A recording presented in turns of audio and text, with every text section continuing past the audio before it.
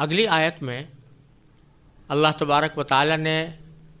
یہودیوں کی ان شرارتوں کا اصل سبب بیان فرمایا ہے کہ وہ کیوں مسلمانوں کو ستانے کے لیے مختلف سازشیں یا مختلف کارروائیاں کرتے رہتے ہیں۔ فرمایا کہ اصل سبب ان کی اس ایذا رسانی کا یہ ہے کہ وہ ہرگز یہ نہیں چاہتے کہ اللہ تعالیٰ کی طرف سے کوئی بھلائی کی چیز یعنی نبوت اور رسالت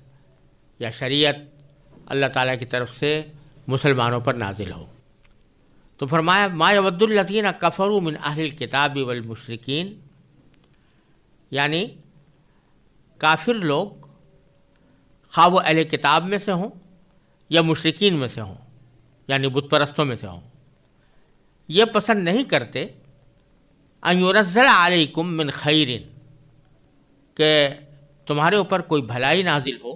من ربکم، تمہارے پروردگار کی طرف سے۔ یہاں بھلائی سے مراد یہ ہے کہ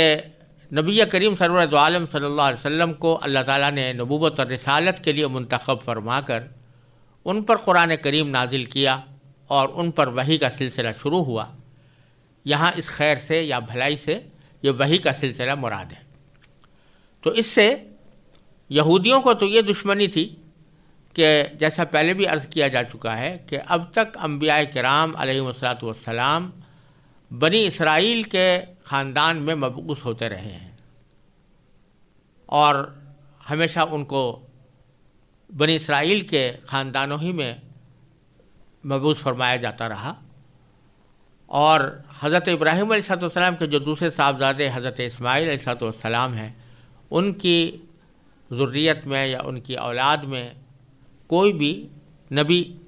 کریم صلی اللہ علیہ وسلم سے پہلے نہیں آئے تھے۔ اور جب اہل کتاب کو یعنی یہودیوں کو اور نصرانیوں کو یہ اپنی کتابوں میں خبر دی گئی تھی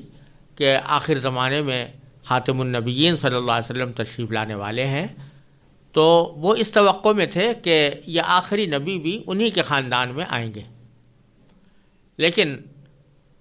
واقعہ یہ ہوا کہ اللہ تبارک و تعالی نے خاتم النبیین صلی اللہ علیہ وسلم کو دنیا میں بھیجنے کے لیے بنو اسماعیل کے خاندان کا انتخاب فرمایا اور آپ بنی اسماعیل میں مبعوث ہوئے۔ تو ان کے دل میں یہ حسد تھا کہ یہ بنی اسماعیل کے اندر یہ بھلائی کیسے اتار دی گئی، یعنی رسالت و نبوت کا سلسلہ اور اللہ تعالیٰ کی آسمانی کتاب نازل کرنے کا سلسلہ بنو اسماعیل میں کیوں ہوا۔ تو ان کو تو یہ حسد تھا، اور وہ جو بت پرست مشرکین ہیں وہ اگرچہ حضرت ابراہیم علیہ السلام کو اپنا پیشوا مانتے تھے، اور پیشوا ماننے کا مطلب بظاہر یہی تھا کہ وہ ان کو مانتے تھے کہ وہ اللہ تعالیٰ کے بھیجے ہوئے پیغمبر ہیں، لیکن ان کو اعتراض یہ تھا کہ اللہ تعالیٰ کو اگر پیغمبر بھیجنا تھا تو وہ کسی بڑے سردار کے اوپر کیوں نہیں نازل کیا گیا، لولا انزل ھذا القرآن علی رجل من القریتین عظیم، جیسا قرآن کریم نے دوسری جگہ فرمایا کہ یہ قرآن ان دو بستیوں میں سے یعنی مکہ اور طائف کی بستیوں میں سے کسی بڑے سردار کے اوپر، بڑے آدمی کے اوپر کیوں نازل نہیں ہوا۔ تو ان کو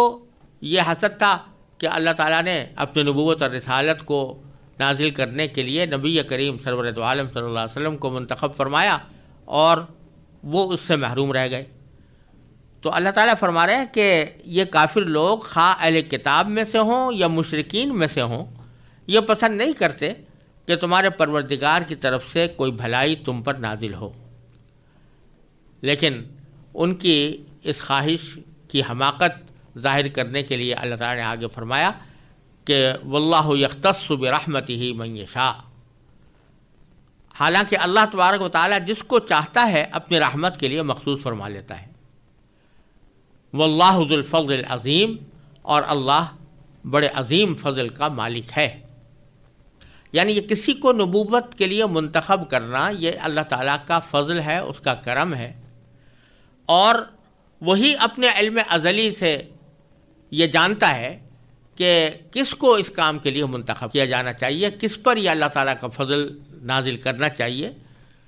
ان لوگوں کے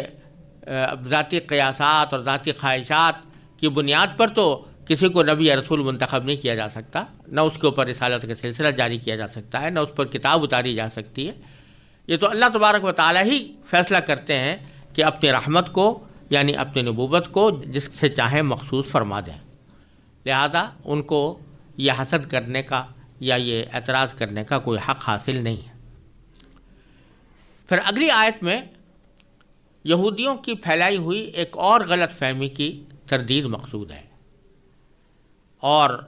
وہ غلط فہمی یہ تھی کہ یہودیوں نے مسلمانوں پر یہ اعتراض کیا تھا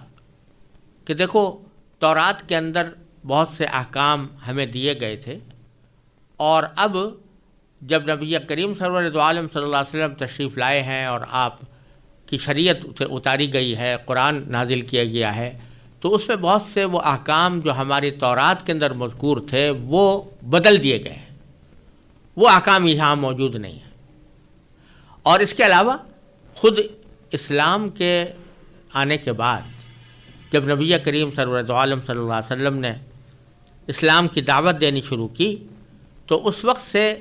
مسلمانوں کو مختلف قسم کے حالات کا سامنا کرنا پڑا، اور مختلف حالات کے لحاظ سے اللہ تبارک و تعالی احکام میں تدریجاً تبدیلی بھی لاتے رہے، کیونکہ ظاہر بات ہے کہ ایک حکم کسی خاص حالت کے اندر مناسب ہوتا ہے، بعض اوقات دوسری حالت کے وقت میں وہ مناسب نہیں ہوتا، تو اللہ تبارک و تعالی نے بعض اوقات اپنے احکام میں تبدیلی بھی فرمائی، یعنی جو حکم ایک خاص وقت تک کے لیے تھا اس کو اس وقت کے ختم ہونے کے بعد بدل دیا اور دوسرا حکم آ گیا۔ کی واضح مثال یہ ہے کہ جب تک آپ مکہ مکرمہ میں تھے تو جگہ جگہ آپ دیکھیں گے کہ اللہ تبارک و تعالیٰ نے کافروں کے اذیت رسانی کے مقابلے میں صبر کرنے کا حکم دیا، جہاد کا حکم نہیں تھا۔ لیکن جب حالات بدل گئے اور مسلمان مدینہ منورہ پہنچ گئے تو وہاں پر مسلمانوں کی تربیت مکمل ہو گئی، تو اس کے بعد پھر جہاد کے احکام بھی آ گئے۔ تو اسی طرح پہلے قبلہ کسی اور طرف تھا، بعد میں قبلہ کسی اور طرف کر دیا گیا، یا شروع میں بعض چیزیں حرام نہیں کی گئی تھیں، شراب حرام نہیں کی گئی تھی، لیکن بعد میں شراب کو حرام کر دیا گیا۔ اس طرح کی بہت سی تبدیلیاں اللہ تبارک و تعالیٰ اپنے حکمت اور مصلحت کے تحت خود اسلامی شریعت میں بھی فرماتے رہے، اور قرآن کریم کی آیات میں سے بعض آیتیں ایسی ہیں کہ جن میں جو حکم دیا گیا تھا بعد میں اس کو بدل دیا گیا۔ تو یہودی لوگ یہ اعتراض کرتے تھے کہ یہ اگر اللہ تبارک و تعالیٰ قادر مطلق ہے اور حکیم مطلق ہے تو پھر اس کے احکام میں یہ تبدیلیاں کیوں ہو رہی ہیں؟ جو تورات کے احکام تھے قرآن نے آ کر ان کو کیوں منسوخ کر دیا؟ یا قرآن کے اندر بھی جو مختلف حالات میں احکام آئے ہیں ان میں کیوں تبدیلیاں ہو رہی ہیں؟ تو یہ اعتراض کیا جاتا تھا یہودیوں کی طرف سے، اور یہودی اس اعتراض کو خود مسلمانوں کے اندر پھیلاتے تھے۔ تو اس کی تردید میں اللہ تبارک و تعالیٰ نے یہ آیت کریمہ نازل فرمائی، جو اس میں فرمایا کہ ما ننسخ من آیت او ننسہا، ہم جب بھی کوئی آیت منسوخ کرتے ہیں یا اسے بھلا دیتے ہیں۔ دو چیزیں بیان فرمائی، ایک تو یہ کہ کسی آیت کو منسوخ کیا گیا یعنی اس کا حکم بدل دیا گیا، جو حکم پہلے تھا اس میں تغیر واقع کر دیا گیا، اور دوسری صورت یہ بیان فرمائی کہ او ننسہا، کہ بعض اوقات ایسا ہوتا ہے کہ جس آیت کا حکم ہمیں منسوخ کرنا ہوتا ہے وہ نبی کریم سرور دو عالم صلی اللہ علیہ وسلم کے ذہن مبارک سے بھی اور صحابہ کرام کے ذہن سے بھی اس کو بھلا دیا جاتا ہے، فراموش کرا دیا جاتا ہے، گویا وہ ہے ہی نہیں، وہ اس طرح آیت منسوخ ہو جاتی ہے۔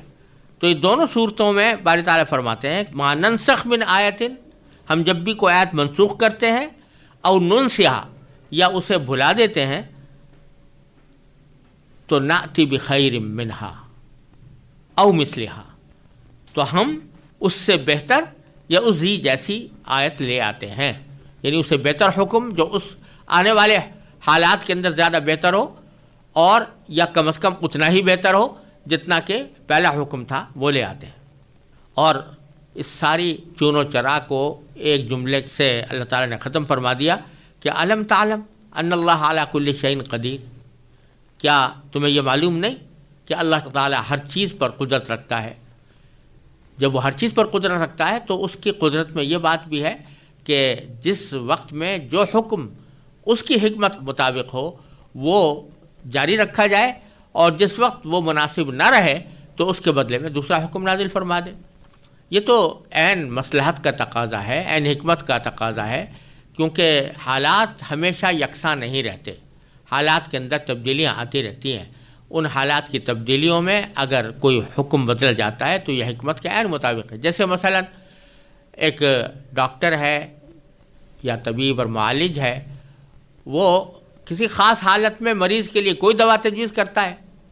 لیکن اس کو پتہ ہوتا ہے کہ فلاں وقت تک یہ دوا کارآمد ہوگی، جب وہ وقت گزر جائے گا تو اس کو نئی دوا دوسری دینی پڑے گی، تو وہ اس دوا کو تبدیل کر دیتا ہے۔ اسی طرح اللہ تبارک و تعالی بھی اپنے احکام میں نسخ فرماتے ہیں، اور وہ عین حکمت پر مبنی ہوتا ہے۔ یہودی اس کو بدا کہتے تھے، یعنی یہ کہتے تھے کہ یہ تو ایسا ہو گیا کہ پہلے اللہ تبارک و تعالیٰ کو کسی چیز کی اچھائی معلوم نہیں تھی معاذ اللہ، اب اس کو اچھائی معلوم ہو گئی تو اس نے دوسرا حکم دے دیا۔ تو یہ بالکل جاہلانہ بات تھی، اس واسطے کہ یہ بات یہ نہیں ہے کہ اللہ تعالیٰ کو پہلے معلوم نہیں تھا اور اب معلوم ہو گیا۔ اللہ تعالیٰ کو پہلے ہی معلوم تھا کہ کون سا حکم کس وقت تک کارآمد اور مفید اور مناسب ہے، اسی وقت تک اس کو باقی رکھا گیا، اس کے بعد اس کو تبدیل فرما دیا گیا۔ تو یہ حکمت اللہ تعالیٰ نے بیان فرمائی ہے کہ علم تعلم ان اللہ علی کل شیء قدیر، کیا تمہیں معلوم نہیں کہ اللہ تبارک و تعالیٰ ہر چیز پر قادر ہے؟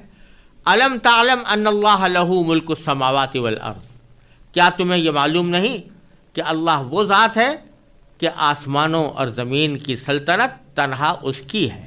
اسی کی ہے۔ اور وما لکم من دون اللہ من ولی ولا نصیر، اور اللہ کے سوا نہ کوئی تمہارا رکھوالا ہے نہ مددگار ہے۔ جب وہی رکھوالا ہے، وہی مددگار ہے، تو وہی جانتا ہے کہ تمہارے لیے کون سی چیز کس وقت تک مناسب ہے اور کس وقت کے بعد وہ نامناسب ہو جائے گی۔